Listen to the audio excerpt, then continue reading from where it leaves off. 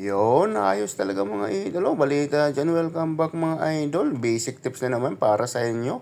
Shoutout nga pala dito sa mga idol natin. Yung request nila, gawan ko daw ng video to mga idol para makunan daw nila ng idea. Matik, kayo pa kaya? Ang lakas nyo sa akin mga idol. Paano nga ba gawin itong elbow na to mga idol? Ay syempre, unang-una, gagamit tayo ng formula dito mga idol. So ito yung calculation na ginawa natin mga idol. Ayan, napakasimple lang yan mga idol. So yung gagawin natin dito is 90-degree elbow short radius mga idol. 3 pieces and 2 cuts. So yung size ng pipe dito is 12 inches pipe mga idol.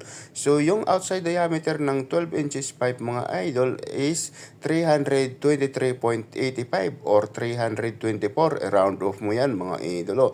So 12 inches pipe, yung radius niya is 305 mga idol. Constant yan mga idol. Short radius 305 mga idolo. Okay. So ito yung calculation na ginawa natin dito mga idol. Ayan. Ito yung calculation na ginawa natin. So ilagay mo dyan 90 degree kasi 90 degree elbow yung gagawin natin. Okay. 90 degree mga idol, i-divide natin yan sa 2 mga idolo. Okay. Divide to equals 45. And then, i-divide mo rin sa 2 mga idol, yung kalalabasan niyan is 22.5 mga idol. Ngayon, kukunin natin yung tangent, kung ilan yung tangent ng 22.5. So, yung kalalabasan niyan mga idol is 0.4142. Okay? So, ito na mga idol. Pindutin mo muna yung tangent sa gilid. Ayan. Tapos, isunod mo yung 22.5 mga idol. So, yung kalalabasan niyan, mga idol, ay ito na. 0.4142. So, yan na yung tangent mga idol. Ngayon, sunod, 305. Ito yung radius mga idol. Okay? Ng 12 inches. Okay? 305 mga idol, itatimes mo siya sa 0.4142. Yung kalalabasan niyan mga idol is 126 mm. Yan mga idol.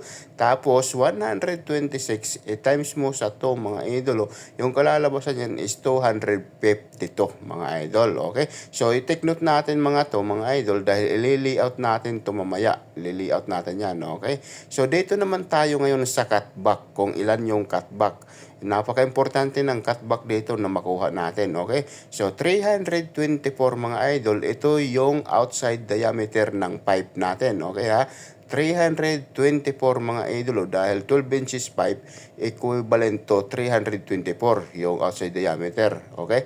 324 times 0.4142 equals 134 mga idol, okay? Tapos 134, i-divide mo siya sa 2, yung kalalabasan niyan equals 67. So yung cutback natin dito is 67 mm mga idol. So ito 126 252, 67, i-layout natin yan. So, dito. So, ito yung example natin sa pipe. Dahil wala tayong video doon sa actual kung paano natin i-layout. So, dito na lang. Assuming na lang ito yung 12 inches pipe natin. So, unang gagawin natin sa 12 inches pipe natin mga idol, i-divide mo siya sa 4. Dapat mahati natin sa 4. Tapos, markingan natin ng top. Ayan, para hindi tayo malito. Top. Tapos dito sa ilalim, marking ka rin ng down mga idol. Napaka-importante niyan, down, okay? Para hindi tayo malito mamaya mga idolo. So ngayon, itong 126, i-layout muna natin to. Yan, unahin natin mga idol ha. Simula dito sa dulo ng pipe na yan, yan ha, mag-marking ka ng 126, okay? Yan, markingan mo ng 126 mga idol.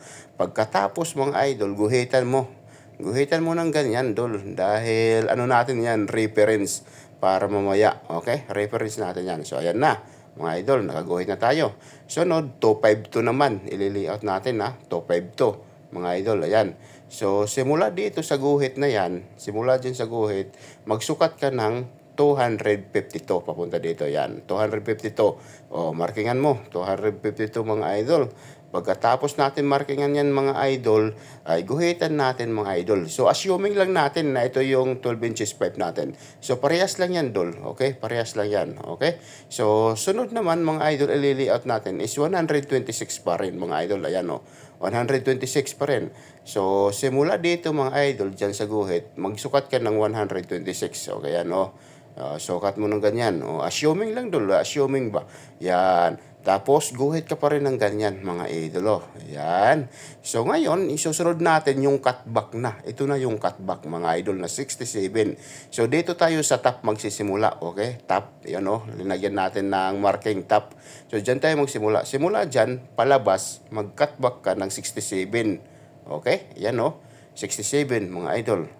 Simula dyan sa guhit na yan, palabas, 67. Pati rin dito sa kabila, palabas, 67. Pagdating naman dito sa ilalim, sa down, mga idol, paloob naman yung cutback natin. Okay? Simula dyan, mga idolo, cutback ka paloob, 67 rin. Ganito rin din sa kabila, 67 mga idolo. Okay? So dito, markingan natin dolo. Sundan nyo lang mga idol, parehas lang itong ginawa ko doon sa actual, sa pipe. Okay? Yan. Pati rin dito sa, sa ibaba, paloob naman yung natin, marking, yung cutback paloob, ganyan, mga idolo, So, parehas lang to, yung ginawa ko doon sa pipe, mga idol. Sundan nyo lang, mga idol, tsaka intindihin nyo lang ng maayos, okay? Assuming lang to, na ito yung 12 inches pipe natin. So, ayan, dahil na-markingan na natin yan, mga idol, yung down at saka top na markingan na natin. So, gagawin natin dyan, mga idol, guguhit tayo simula dyan sa marking na yan, papunta doon sa ibaba, no? Guhit ka ng ganyan. Hanggang dyan, mga idolo, guhitan mo. Ayan, no? So, dapat yung pagguhit natin, napaka-importante yung pagguhit dito, dapat straight, ganyan, pagguhit natin. Kasi, kung hindi straight yan mga idol, pangit yung natin, pagkakating. Kaya may mga malalaki yung awang. Dapat maganda yung pagka-cut out natin, mga idol.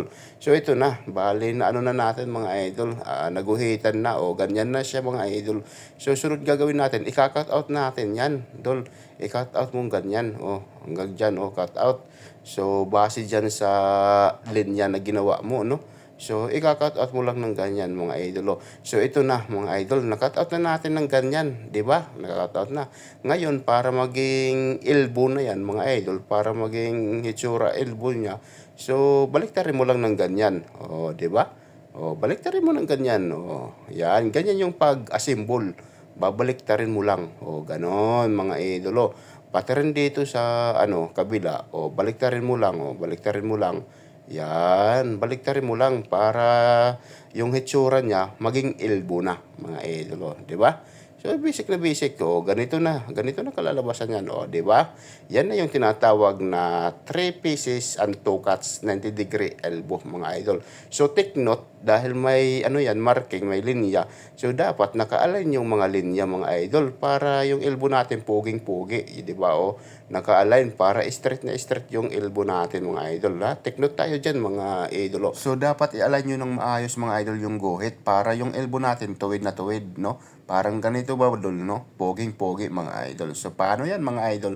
Hanggang dito na lang yung video ni Kuya Koy. Sana may nakuha kayo dito kahit kunting idea.